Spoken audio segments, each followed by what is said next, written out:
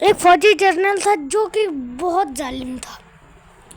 ایک دفعہ وہ جنگ کے اندر اتنے زیادہ مسلم بندوں کو پکڑ کے آیا کہ 3 لائنیں بن گئی تھیں. اتنے زیادہ وہ فوجی لے کے آ گیا تھا، مسلم فوجی. تو وہ اپنے سپاہیوں کو بلاتا ہے، یعنی کہ جتنے بھی اس کے کام کے اندر انٹر میں فوجی کام کرتے ہیں نا، ان سب کو بلاتا ہے. ان سے کہتا ہے کہ ایک ایک کر کے سب سے پہلے پہلی لائن، پھر دوسری لائن، پھر تیسری لائن، ان 3 لائنوں کا قتل کر دو تم لوگ. صحیح ہے؟ کوئی رحم دلی نہیں ہوگی اب ان کے اوپر. صحیح ہے؟ فل قتل کر دو ان کا.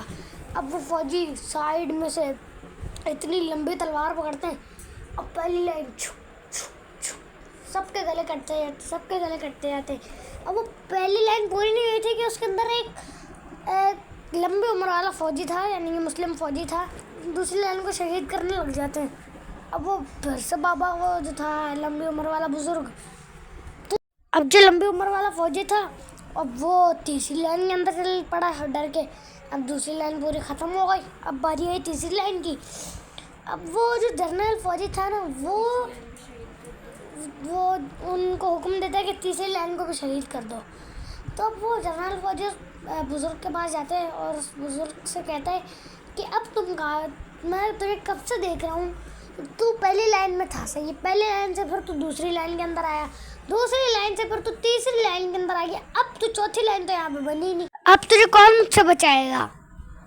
تو وہ جو تھا نا مسلم فوجی، اب وہ اوپر کی طرف منہ کرتا اور کہتا ہے مجھے اللہ تعالیٰ بچائے گا. اب اللہ تعالیٰ کی مرضی ہے، اب اللہ تعالیٰ مجھے بچائے یا پھر نہ بچائے، اب وہ تو اللہ تعالیٰ کی مرضی ہے نا. جرنل تھا نا، اب وہ اپنی تلوار پکڑتا ہے اور وہ تلوار جب ایسے یوں کرنے کی کوشش کرتا ہے نا، اس کی تلوار نیچے گر جاتی ہے. اب وہ تلوار اٹھانے لگتا ہے تو اس کے یعنی نیچے گر جاتا ہے اور اس کا ایک پاؤں گھوڑے کی کاٹھی پہ اٹک جاتا ہے. اب گھوڑا گھبرا جاتا ہے، اب گھوڑا فل تیز بھاگا جا رہا ہے. وہ جرنل کا پورا فیس جو ہوتا ہے نا فل زخم ہو جاتے ہیں، گہرے گہرے کھڈے بننے لگ جاتے ہیں. اب اس کے فوجی اور پیچھے دوڑ رہے ہیں، اب گھوڑا اور تیز.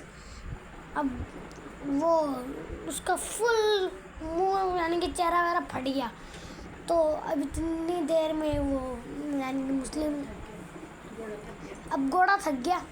اب اس کو وہاں سے نکالا گیا، تو اس کا تھوڑا سا چیک اپ کیا گیا. اب وہ دوبارہ اپنے اس کے اندر ہے، اب وہ مر گیا. تو پھر جو اس کے تھے نا فوجی، اب وہ تو اس بابے کی طرف دیکھ بھی نہیں رہے تھے. وہ سوچ رہے تھے یار اس کے اندر ایسا کیا ہے جو اس نے ہمارے بادشاہ کو مروا دیے، فوجی جنرل کو مروا دیا، جو آج تک کسی کے حملے سے نہیں مارا، اس کو اس نے اکیلے نے مروا دیا.